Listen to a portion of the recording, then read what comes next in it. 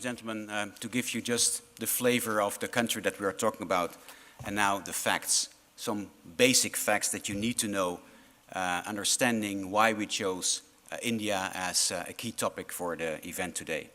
India, a country with 1 billion people, inhabitants, and a growth rate of this population of 1.3% per year. An urban population of 30% of this 2 billion people, and a growth rate of the urbanization process of 2.4% every year. And a GDP of $4 trillion and a growth rate of the GDP of 10.4%. I think it's time to consider what this means to architecture, what it means to environment, what it means to design, what it means to cities. And the first speaker that we have here on the podium today to address this issue is Christopher Banninger.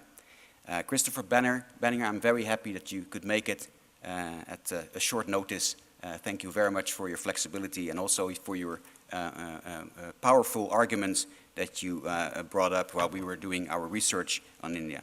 You have been someone who, you are not born in India, but you have spent most of your lifetime in India. You came a long way. You were born in the United States and were very heavily influenced by the work of Frank Lloyd Wright. As I read, you got to know the book The Natural House by Wright at a very early age, and that must have marked your further career apparently. But before you went to India, you studied urban planning at MIT in Cambridge, Massachusetts, and also you studied architecture at Harvard University. While on your move to the East, you passed through Europe. You worked with the Spanish architect José Luis Sert, and this experience brought you to the European school of thought where abstraction and the separation between nature and built form played important roles. You became associated with Barbara Ward, the Delft Symposium group, and where you became closely associated with Buckminster Fuller, Margaret Mead, and Arnold Toynbee. Then, further on, you went to India on a Fulbright fellowship way back in 1968, and later as a Ford Foundation consultant, you worked there setting up the School of Urban Planning at Ahmedabad. There you joined Balkrishna Doshi and collaborated with him. And ever since, you have been living and working there, and we are very curious about your adventures in this great country. Christopher Banninger.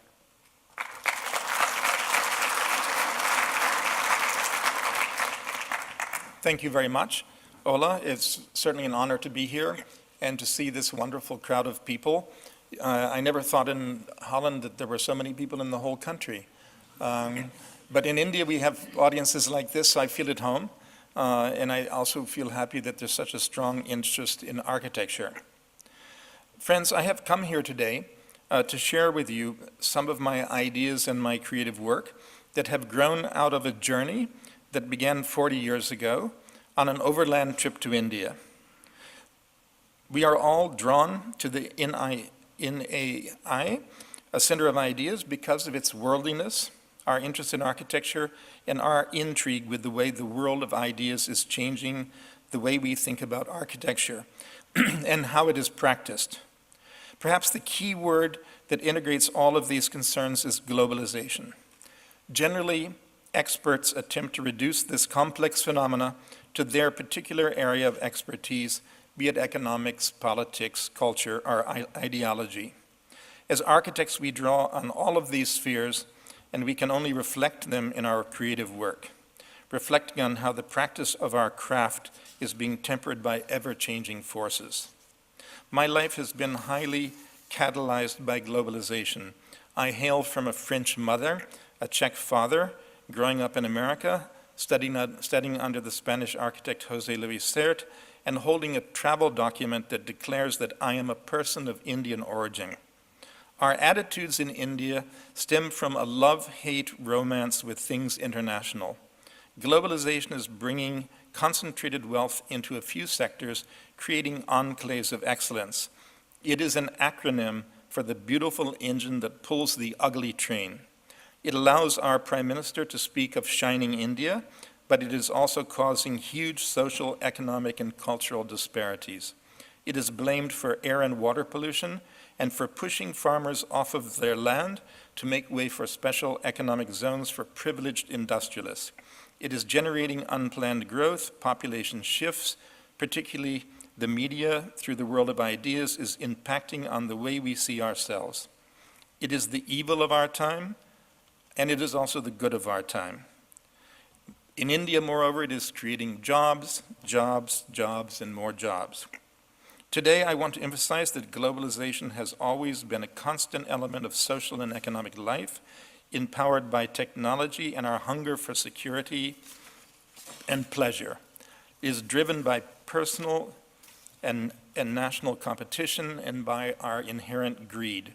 Yet it is tempered by our wisdom and our search for transcendental moments of ecstasy and beauty. I also wish to hypothesize that where we stand today is the cradle of modern globalization, the field from which the first kernels of modern worldliness sprouted in the form of global mercantile organization. One cannot resist the irony of this seminar being located where it is. Now let me see how I make the slides move. I think I push this, right? I'm just quickly going to take us through history for a few minutes. There was a period of history when there were land-based humongous empires. This is the Mongolian Empire around 1279. As you can see, it goes all the way from Beijing, all the way into modern Russia, Poland, down into Iraq, covering practically the whole known world. And this is way back in 1279, when actually our Chinese friends dominated the entire world. During this time, I'm coming now to India, when the Mughals from the Mongolian Empire came into India, we had cities like this, walled cities with a palace in the city, shared walls, small narrow lanes, shaded lanes, mixed use, courtyard houses. And this is a kind of typology of urbanization which in many parts of India today is still dominant. This is the old Delhi with the fort, red fort, the Jama Masjid here, and other major gardens and elements. This kind of city is fading away. It's disappearing. This is an image of Delhi. So these are the kind of settlements we had when we had land-based empires. And the first ocean empires, like the Dutch and the Portuguese and the English and the French and even the Danish, started dominating the oceans in this period particularly. And here I put almost as a sense of humor, your Dutch East India Company. But you know, if you study the Dutch East India Company, it is unlike the English East India Company, which was chartered 2 years before, because the Dutch East India Company was the first multinational, practically a nation unto itself. Its charter allowed it to do things like coin coins, design penal codes, build ships, cannons, go to war, many things which the English East India Company could not do. And in the first 200 years, from 1600 to 1800, the Dutch East India Company had 1 million Europeans under its employ during that 200 years in Asia. And all the other countries together only had about 800,000 people. So the Dutch were by far and large the largest impact on Asia. They had about 4,800 ships during that period traveling, while the British only had 2,700. And the tonnage of British trade with Asia from 1600 to 1800 was only about 20% of the Dutch. So the Dutch were the leading global traders, global leaders, and at this time, they were more interested in the edges. The ocean empires overlapped land empires at port cities along the edges. So here you have a map of different Dutch settlements in India. The complete Ceylon was eventually Dutch, except for some small pockets in Bombay and Goa, etc. The Dutch pretty much between 1600 and 1800 were the dominant European force in India. But keep in mind they came to trade. where they fought. They fought with other European nations who were also ocean empires. And they generally were invited by local chieftains, kings, etc., to set up port forts inside of India. Now, this is 1665. What interests me in this picture is this gateway into this Dutch garrison. Notice that they used Indian motifs, Indian architecture, with more simple factory kind of functional architecture of Dutch nature inside. But what I want to emphasize here, this is during the Dutch period in Pondicherry. For some years they ruled Pondicherry. What I want to emphasize is that when they built, for example, these tombs in Ahmedabad, they used Indian motifs, Indian designs, which shows they were not like the British coins that have Queen Victoria on them and the British architecture which proclaims a white man's burden in India. The Dutch very much integrated with life in this country. This is Bombay. When they came, there were 7 islands, and they built 12 forts all around Bombay. The fort area of Bombay now that we call Fort is here. And there were about 7 islands, which in the Dutch fashion were all brought together through landfills, etc. So there was a huge period of an edge condition where the Europeans were on the edge of Asia in fort ports, and there were large landmassed empires within Asia and large ocean-based empires of the Europeans. In 1660, you can see that very few areas in India are really impacted. This is a bit graphically exaggerated. Russia was in a smaller area. There were some colonies in the Americas. Now, what interests me about this coin, this is actually a Dutch coin. And on this Dutch coin, you see Lord Venkateshwar, a reincarnation of Vishnu. And that to me is very exciting, that a European country would come to India and make coins and put a Hindu god on that coin. And I think it's a very important gesture showing the relationship between these two countries as one which was not really oppressive at that time. But inter-industrialization, European countries needed land masses, they needed resources, they used revenue systems, they insisted that people pay cash for their land-based taxes, forcing people to grow cash crops and have money to buy consumer goods. So by the time you get up to 1914, practically the whole world is some kind of in a colony or another. And you start getting cities in the 19th century like Calcutta. The old fort is still there, but you start getting a modern city carved out of an Indian dense city. So you get Dalhousie Square, the Writers' Building where the administration of the British was, and other public buildings which are designed pretty much in the English style of architecture. And as we get into the 20th century, you see that you get a mixture of very Indian-looking people walking in the sidewalks with Western automobiles and Western buildings. This now, of course, is the plan of New Delhi.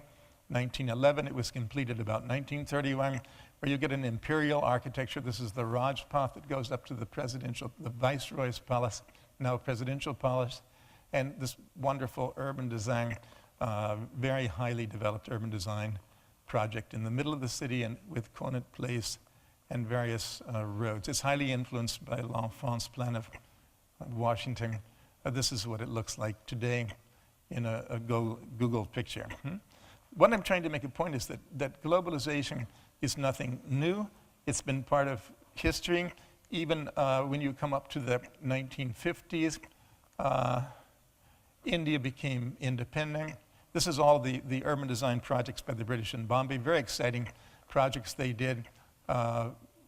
Alignments of roads and monuments, these very large open maidans, Dadabhai Naroji Road that goes up to the railway station from the gateway to India. This is the Victoria Railway Station, the City Hall. Very impressive urban design projects, including the gateway to India. This is some of the infills. If you've been to Bombay, this is now what is called Colaba. The railway train used to go up to Colaba, now it comes down to Churchgate. And all this land has been infilled very much on the lines of what the Dutch have done. This is in the 1930s. Some Art Deco buildings start coming up. And you can see, look at the people now. They're all wearing white suits and American cowboy hats in a sense, and white-walled tires, Art Deco buildings. So there's a huge impact of Western culture on urban culture in India. But then we have independence and we have national ideological empires. But again, I want to emphasize these empires were based on Western ideas: Marxism, socialism, the American idea of progress. Nehru wore suits and ties, and he wanted a socialist state. He followed the Russian idea of a 5-year plan. All of these ideas, again, imported from the West, but by Nehru himself, including the architect Le Corbusier, who did the plan of Chandigarh. And we all know this sort of history and heritage we have of Le Corbusier in India, which was followed by Gandhinagar, a new capital plan which more or less mimicked Le Corbusier's plan of Chandigarh. And there were many others that came up. This is a typical monofunctional residential zone in Gandhinagar with no shopping, no variety of activities.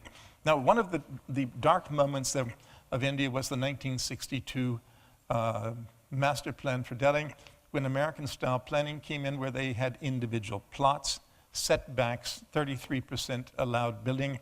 So instead of shared walled courtyard houses, shady narrow lanes, human scale, you suddenly have now the building floating inside of a plot. And this master plan impacted the whole of India. A pleasant breakaway from this is Raj Rawal's Asia Village, which he did for the Asian Games, which goes back and tries to find shared walls and narrow lanes in a pedestrian-oriented environment. But this is a kind of an anachronism for the period, but I show it because it's an important example. Most architects, like Convendi, who studied at Harvard, or Louis Kahn, we all know, were using basically a Western approach to architecture. Of course, Kahn studied Mughal architecture, visited Mandu and places like that, and was highly influenced by Indian buildings. This is Charles Courier's Gandhi Ashram. It's a beautiful, very classic kind of a building. And during this period of socialism, we had the new twin city of Bombay planned, again based on the master plan. And now we come to where we are today, 1990, corporate empires. This is a picture in Bombay. There's a lot of growth, a lot of pollution, a lot of questions. This is the Vashi new town. It's called Navi Bombay. It came up in the early 90s. It started really growing, though it was planned earlier.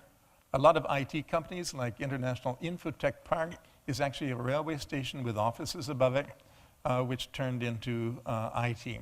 Now, this is a place called the Belapur Central Business District. It's part of Navi Bombay. All these buildings were taken over by information technology firms, because that was one of the first sectors to globalize. And this is the kind of architecture that you find coming in the 1990s, mid-90s, on up to the year 2000. One of the largest banking institutions in India, one of the largest infrastructure and leasing and finance corporations in India. This is an idea of Indian architects of what globalization means. It means glass, it means towers, and again, are the building on the individual plot with parking all around it, very few human spaces. Again, this is Bombay. Bombay is now going vertical. This is a private house, 21 stories tall, of Mukesh Ambani, designed by a New York firm. So the city is virtually changing its shape. It's going vertical. It's densifying. Bombay's population doubled from the year 1990 until last year. It went from about 10 million to 20 million. Some people say 22 million. But the city is growing vertically. This looks to me like UB City in Bangalore. It's a private development. You can get a little glimpse of the Empire State Building if you look carefully. There are a lot of influences of the West. And it almost becomes jokes at points, but we even get the IMP's pyramid as a reflection of an IT company. We get glass walls facing south, wonderful for collecting heat and generating air conditioning costs. Now the skins of buildings, suddenly buildings don't represent functions and hierarchical interrelations of functions anymore. They're just the skin. architects start getting interested in the skin, and they get interested in stunts, and they get interested in sort of screaming and yelling babies. This is an IT project in Pune where I live, Infosys, one of the largest IT companies in India. This is the idea of what an information technology office looks like. Very interesting, but very dangerous, in my opinion, kind of buildings coming up in the name of globalization. Now, this is interesting to me because Infosys belongs to a friend of mine, and I always tell him that you and your architect, you should wear a toga, and you should stand in this Roman space, and your architect should wear a centurion red cape and a silver helmet, and your students should all wear togas also, because he suddenly decides instead of modern architecture, he wants a Roman classical building. This is a shopping center. Now, one of my points is that 80% of Indians can never afford to enter this shopping center. They can never afford to use the metros coming up. They can never afford to go into the multiplexes. To me, this is a huge challenge where Dutch and Indian urban designers and architects can work together and look for solutions to a totally new urban fabric for India. Nothing based on really what we're doing today, but this is the challenge for collaboration between Dutch architects, Dutch planners, Dutch institutions, and the same people in India. You can see visibly here the kind of challenge in terms of social and economic disparities. Now, from that little background, I'm going to show you quickly my work. One of the first projects I did was for Alliance Française. It's a small cultural center. Again, it's globalism because it's a bilateral organization. They wanted a very small space, a single large space with a balcony on top where the director could sit back here. And they had very informal ideas about what they wanted to do. What's interesting about this project, it's only 2,750 square feet. And when I got this project in 1973, I thought it was the largest, most prestigious project a young architect could want. It was for Alliance Française. I tried to use only brick and exposed concrete and glass. There are only 7 materials in this whole building, only 7 materials. And the glass faces to the north, and the walls face to the south to stop the sun coming in. And it's a very rationalist building of the period, highly influenced by Louis Kahn and Le Corbusier and Charles Curier's early work in Doshing. Exposed, honest expression of materials, public domain, about 5 or 6 principles, human scale. The way these doors are about 7 feet 6 inches by 7 feet 6 to give a human scale and a small public domain. It was a very moralistic kind of architecture, you could say, and a very simple space inside. The French, of course, are very messy, so they messed up my space, but anyway, they enjoy it. Now, this is a project I did for my favorite client. His name is Christopher Benninger. I did this project for my son. In 1976, I started a second institute. It's called the Center for Development Studies and Activities. This institute instantly had many collaborations with Dutch development agencies. And again, it uses walls running east and west to give a south wall to protect from the sun, with verandas to protect from the western sun, etc.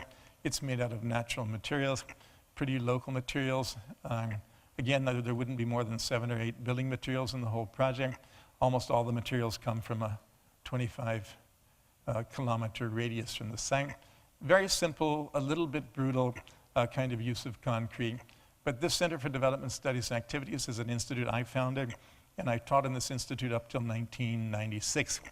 So most of my career I was a teacher, and it was only really about 15 years ago that I started building for other people besides my friends and myself. So this is CDSing, very simple, very straightforward, walls going east and west so that the sun hitting these walls would keep it cool. They're 18-inch thick stone walls. Now the same vocabulary which I developed with CDSing, I bring into about 1996. This is 10 years later. The first project I showed you was 1976, roughly. 1980 86 was the next, and this is 1996. This is the United World College of India. My clients are Queen Noor, Nelson Mandela, and Prince Charles, who are the chairman of the United World Colleges. And this is the 10th United World College with an academic quadrangle here and 4 villages where boys and girls live in the same villages, and the teachers also live in the same villages. And this is up about, 300 feet above this river here, up a winding road, up into the hills. Again, we used local tile roofs and local stone, and here I was more interested in experiential architecture, entering this big fort kind of a gate, and walking down this passage and entering into the administration area. That passage comes here. And then a lot of serendipity, little surprise areas, trying to bring the outside inside of buildings. And it was an architecture very much like the Alliance Francaise, very much like the Center for Development Studies, but the geometry became quite complex because I was building in these mountains. Somebody asked me, why did you use all these angles? And I said, because when I went and started sketching on the site, I noticed all these very dramatic angles, and I wanted to bring that into the landscape of the building. This is the library. There's an art center.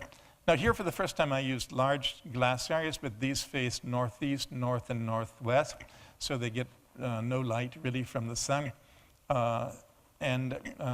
It's very much a kind of global piece of architecture because the United World Colleges have, for example, this college would have students from 60 different countries and a foreign headmaster, etc. It was funded by a very large industrialist, the Mahindra family in India. Here I did a lot of experimentation with cutting personally out these pieces of plywood and putting the plywood in the formwork and making murals in the ceiling. Again, honesty of expression was very big up until that time. Using your structure is exposed and the concrete work is exposed. So there's a lot of craftsmanship involved in a project like this. Here in the Student Center, during the light comes in. So during a day, all the rooms have different moods. And again, you can see that we had time back then to do things like actually design these kind of murals and actually go up on the roof, cut these out ourselves, full scale, first sketch them and then make them full scale, put these things on the roof and then cast a slab, and you get a ceiling that looks like that. So this was, in a way, I would say this project kind of is the end of an era. This project is 150,000 square feet. We thought that was one of the largest projects we could ever imagine. The one before my institute was 20,000 square feet. When I built that, I thought that was a humongous project. And when I did 2,750 square feet Alliance Francaise, I thought that was a large project. So one of the things that's changing over time is the size of projects. This is a small, at a YMCA site, a small living quarter, where this is 12 feet higher than this level. And you come down a ramp, and there's a passage behind it, and then there's glass doors looking out to a lake and a lawn. So you get the entrance level, the earth comes over the building here, and these actually open up to ventilate the back of the building. So this is a project which integrates into nature. Now, okay, now we come 10 years later. This is about 4 or 5 years here.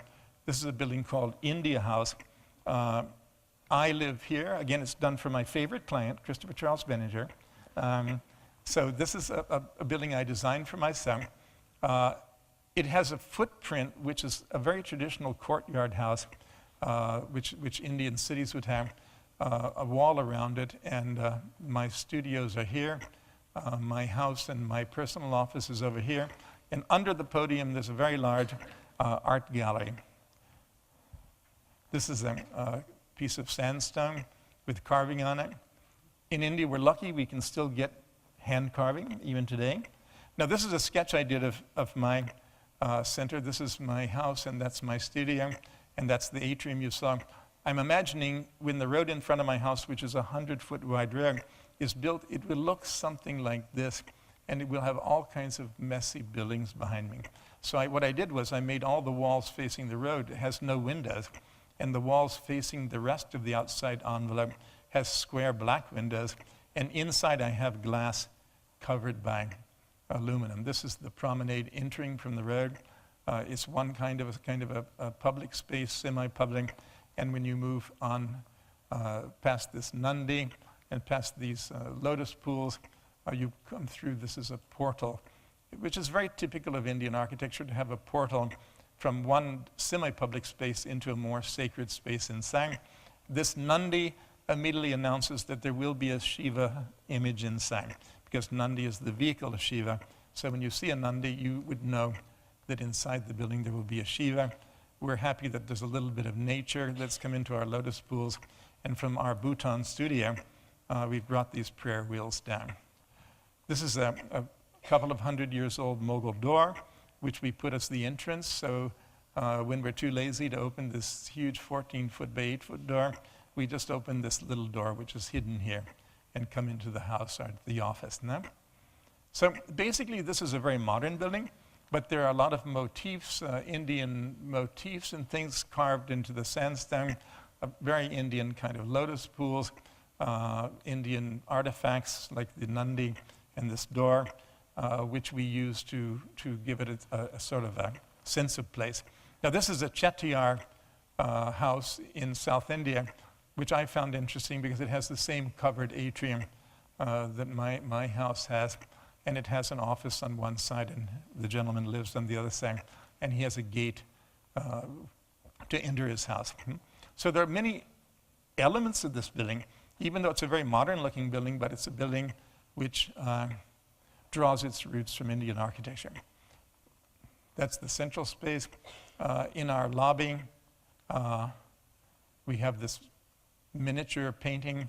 It's a very large miniature painting, but there are about 1,600 people's faces, and you can see the hair on their eyelashes. Interesting for me to say, I don't mind mentioning this, these chairs are all designed by the wife of Bimal sitting here. So there's close relations between all of our studios. This is the stair down into the art gallery. The only thing left of my exposed concrete era is the stair, kind of gesture to the past. But what's happening when I'm doing this building, time is running out, and we can't any longer sit and do things like sketch these kind of snakes and stars and cut out our thing. If we can do it, we have to give it to somebody else. The people in the studio are too busy to do that. As you can see, our studio would be very much like, it's on 2 levels. This is the upper level. I sit over here. It's probably like any studio anywhere else in the world. I don't know whether there would be much difference. About 40 people sit up here and another 20 sit below. And I work here. My mornings are here from, say, 9:30 till 2 o'clock, and then I'm in my study writing. In the afternoon, I come back in the evening to see what's happening in the studio. Now, I'm quickly showing you a plan of a city called Thimphu. This is about 8,000 feet above sea level. This is a river which comes up here. It comes down. It's called the Wangchu River. And this is about 7,000 feet. This would be where my office is 8,000 feet. And these mountains go on up to 15,000 feet above the valley. Now, what's important about this town plan, it follows something called the principles of intelligent urbanism. And the first one is balance with nature. So if you look at this plan, we don't call them zones, we call them precincts. A huge amount of this plan is actually given to environmental open zones. And a very small amount of the plan is given to low and medium density housing and shopping with nodes. We call them urban villages. Now, another project we did within this plan, we took this ancient fortress monastery, and we were asked to do the new, it's a country which has become a democracy just 3 years ago. So we've designed the secretariat for all the ministries, the Supreme Court, which is under construction now, and I'll show you a few pictures of the National Ceremonial Plaza. Before democracy, all ceremonies were held inside this courtyard. This courtyard was His Majesty's courtyard. This is the Dalai Lama of Bhutan's courtyard. And hardly 4,000 people could fit here for various decorum and security reasons. So nobody in Bhutan really saw these ceremonies which took place inside of the fortress monastery. So the prime minister, when he was elected, asked me, could I make a large space where people could even sit in the hills, and I could fit, I'm going to go quickly through the Supreme Court because I want to go, where I could fit in this area about 20,000 people so that it would become more democratic.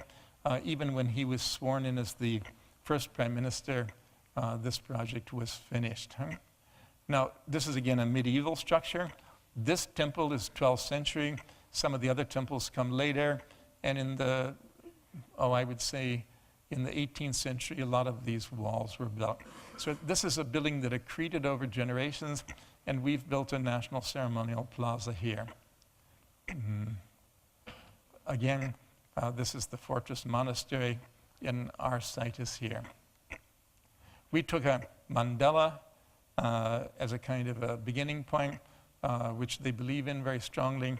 And this is the old Lakong, our temple, Buddhist temple of the old building. And we added to this building this very large meeting space, including balconies for His Majesty's family, for the newly elected ministry. And then people, if it really gets crowded, they can come up and sit on these hills. This is a traditional Buddhist dance ceremony that I'm showing you here. You can't see much of my building because when there's a ceremony, they like to decorate it with all of this cloth.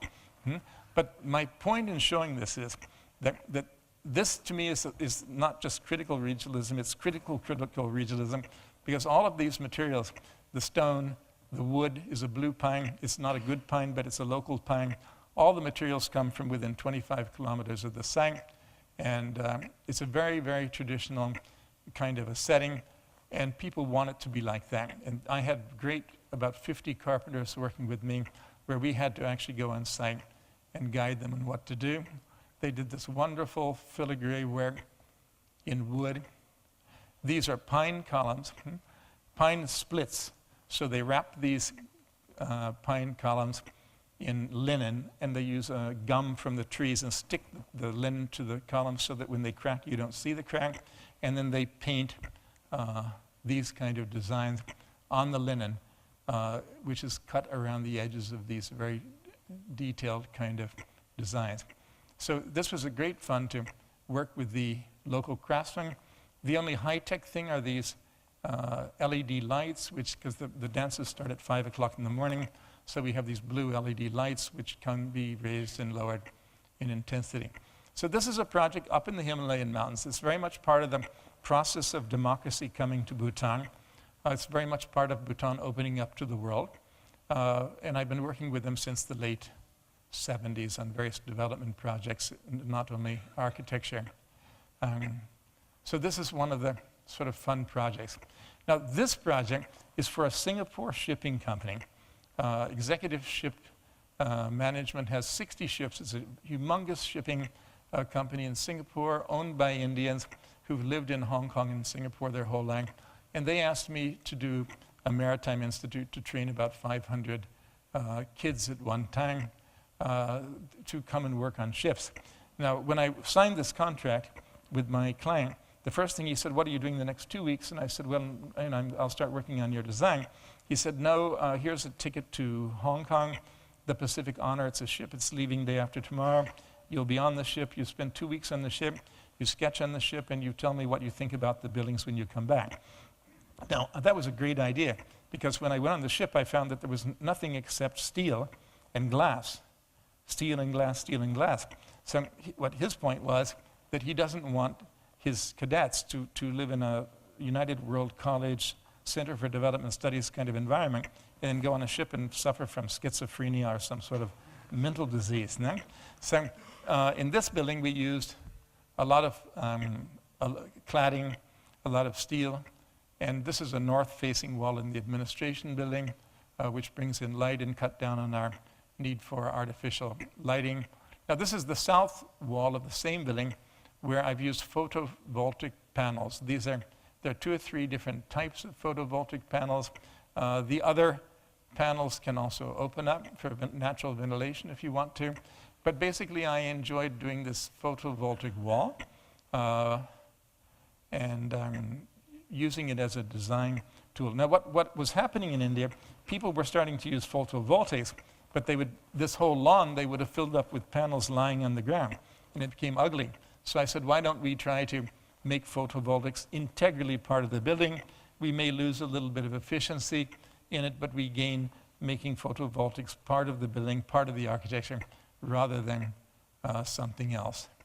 So this was maybe the first building in India to integrate photovoltaics.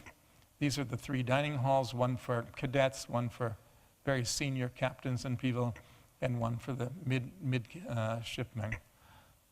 Again, the architecture is becoming more global in the sense that it's more of I would say, skin architecture, which I'm very much against, has crept into my work here. So this is one of my more sinful projects, where I've been pretty heavily influenced by globalization. But I have used things like, on the south-facing walls, no windows. On the north-facing walls, I've used these louvres. You'll be happy to know they're made right here in Holland. Hunter Douglas made them and shipped them out for me.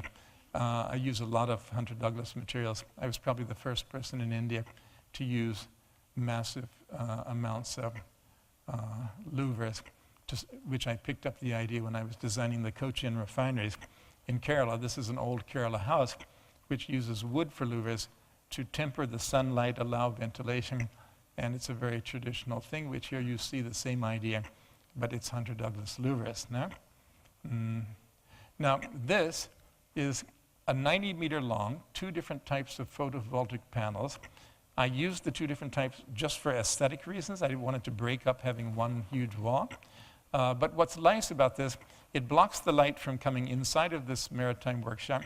And I just love the dark blue. You can't see the blue too well, but these are blackish blue chips set in white glass. And so you get this lovely light coming in on the south wall, and it's generating electricity. So here's the photovoltaic wall here. These panels let more light in, these less. You may notice there are no fans, there's no air conditioning. These lights are not turned on. You get natural light from the back north wall. So this is a very environmental building, and it's one of the most lightweight steel structures in India. Now I'm coming to the end. I don't know how much time I have left, Martin. Am I doing okay? How many minutes do I have? 3? Okay, this is a company, Suzlon One Earth. It should be close to your hearts because Suzlon is an Indian company. Suzlon sounds German, but it's a combination of, I think, good wealth in Gujarati. Maybe Bimal can correct me. But it actually is an Indian company. It's the 3rd largest wind energy company in the world. And I've done their campus for them on a 10-acre site where they have their corporate training center in one complex and all of their office space for their global activities, which are in America, China, of course, India. In Europe, they have a lot of windmill activities going on. And they've bought companies in Holland, Germany, Belgium, research companies in propellers, gears, and generation to help them work. Now, my original sketch was just an idea that there should be an internal large garden with viewpoints from little iconic landmarks which come down to a central, what I call deep stump. It's a traditional Indian pillar, and it sort of makes the center for the project. This is during the first week of the design. I thought of using this very traditional, this is a plan, this is an elevation, a very traditional deep stump as a kind of iconic center. And then, don't get confused, this is an ancient Indian symbol. And I always get annoyed when people say don't use it because it's ours, it's Indian. And because somebody has desecrated it, I don't think we should stop using it. And these are very traditional Kund-like steps and a waterfall which comes down these steps into a large pool. So these were some of the ideas. Definitely Fatehpur Sikri influenced me, the main central courtyard, and there's water in these areas normally. So in these kind of sloped roofs, a lot of traditional Indian things, again, Hunter Douglas louvres, lotus pools, sloped roofs. So the language of this building is very low-rise. It's a corporate building, And it's a corporate building that has a low rise. It's a ground scraper. It's not a skyscraper. In the basement parking, we also have a very large dining hall. We have the deep stom, and we have these get hot in the daytime, these glass cylinders, and they pull air up, which is sucked from the whole basement has parking. We were influenced by some of the water management in Mogul Gardens. Again, if you look at this, there's my deep stom, another deep stom, my sloped roofs, my jollies. So pretty much the language of the building in modern terms comes from traditional buildings. Again, there's photovoltaic cells, and there's this kind of a place in the building with water. So in this manner, we're being influenced a great deal by traditional Indian architecture, but also we're trying to make it global at the same time. I'll just show you the last one. It's the Indian Institute of Management in Calcutta. This is an addition to existing buildings. These are the hostels. This is a real photograph. The other one where our office 3D Maxes. This is a bridge we designed in the studio, and this is while the building was under construction. It's a new Indian Institute of Management in Calcutta. So thank you very much. Oh no, another building. Quickly. Okay, I'll just do 1 minute. This is the Azem Primji University. It's 8.4 million square feet. It's 55-story towers for the faculty housing. It's a totally new problem. Architects in India never had to do projects like this. So, and this is the IIT, Indian Institute of Technology in Hyderabad. So what I'm trying to say in all this is that from small projects with few materials, we go up to 1 million square foot offices for Suzlon to 8.4 million square foot universities. We're working with 1,000 materials instead of 7. We're working with corporate international Indian clients instead of ourselves and our friends. So there's a huge change which has taken place in India over the last 40 years that I've been there. Thank you very much.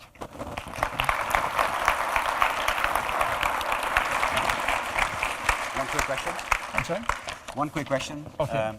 Because it's such an impressive presentation taking us back 1,000 years and then explaining about a force of modernization, turning towards your own work and making very clear that to a large extent you are able to resist a lot of these forces of modernization. You talked briefly about dangerous buildings of some colleagues.